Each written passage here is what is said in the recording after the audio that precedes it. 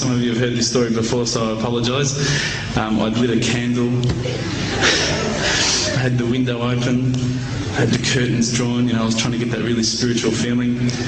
It was a nice summer night in Melbourne, as summer as it can get in Melbourne, and I was sitting there thinking, this is it, you know, this is the night.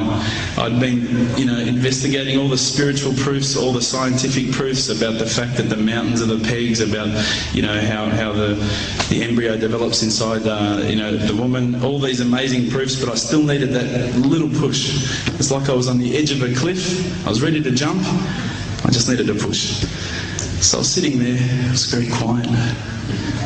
I was reading Quran, and I stopped. I said, Allah, this is my moment. This is the time I'm about to jump into Islam. All I need is just a sign. Just a little sign, nothing huge, maybe a bolt of lightning. You know, maybe half the house could fall down or something, you know, just small. It's small for you, man. You created the earth, come on. So I sat there. I was waiting for the candle to start lighting up to 4 metres high like in the movies. And I go, okay, go. And subhanAllah, nothing. Absolutely nothing happened. I was really disappointed, to be honest. So I sat there and I said, Allah, this is your chance. I'm here. I'm not going nowhere. I'll give you another chance. Okay, maybe you're busy. You know, I know it's daytime over the other side of the world. There's a whole lot of stuff going on.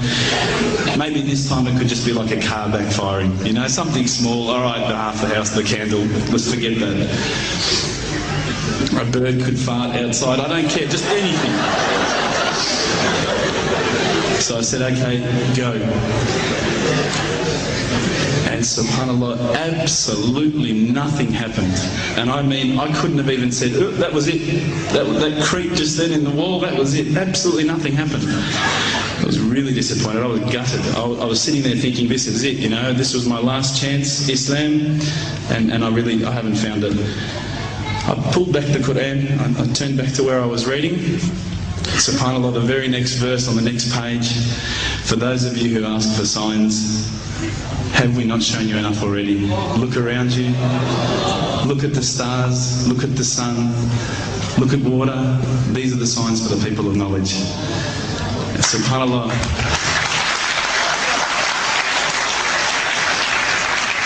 I threw the doona over my head and I pretended I was asleep. I was that scared because I couldn't believe how arrogant I'd been to want my own specific sign when all the signs had been there for me all along. The fact that we have this world, the fact that there is this creation, these are the signs for all of us. The next day I decided this is it, I'm becoming a Muslim. I'd been investigating Islam now for probably about 6 months, to be honest. I went in and I said to myself, this is it, I'm going to make shahada. I had no idea what I had to say, I had no idea what the words were. It was probably close to Isha prayer, so it would have been, you know, 7, 8 o'clock at night.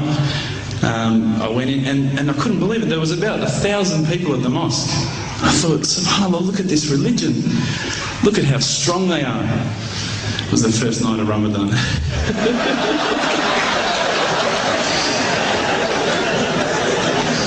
Ramadan Muslims. So I sat there and I was very nervous, I must admit. I got up and this person's going to me, you got to say these words, bro, Ashhadu. I'm going, what? Ash what? Can't I just say it in English? No, they say no, you got to say it in Arabic. And I thought, looked out over the sea of beards that I could see in front of me and I thought, if I get these words wrong, I'm a dead man again. I had this fear, you know. And they were staring at me, and I don't know if you know this, but Australians can't stare. Lebanese people can stare. So I was sitting there, I was very scared. I got up, and subhanAllah, as soon as I started to say the words, all fear went out of my mind. It felt as though a shower was inside my head and someone had just turned on the cold tap. I felt like I'd been flushed clean. I said the words, and I wasn't expecting so many brothers to come up and yell, Takbir, Allahu Akbar, and start kissing me and hugging me. Now, I'd never been kissed by that many men in my life. But it was a beautiful day, I must admit. And that day was the day that I had more brothers than I could ever imagine, more sisters as well. But I guess since that day I've never looked back. My family, I think, initially were very worried that I was going to be, I guess, a little bit weird towards them. That they thought that I was going to break out the AK-47s and the grenades. But they realised, I think, soon that this religion was actually making me a better person. Prior to Islam, you're not going to believe it, I had a mohawk. I did. I had, I'm not going to show you any photos.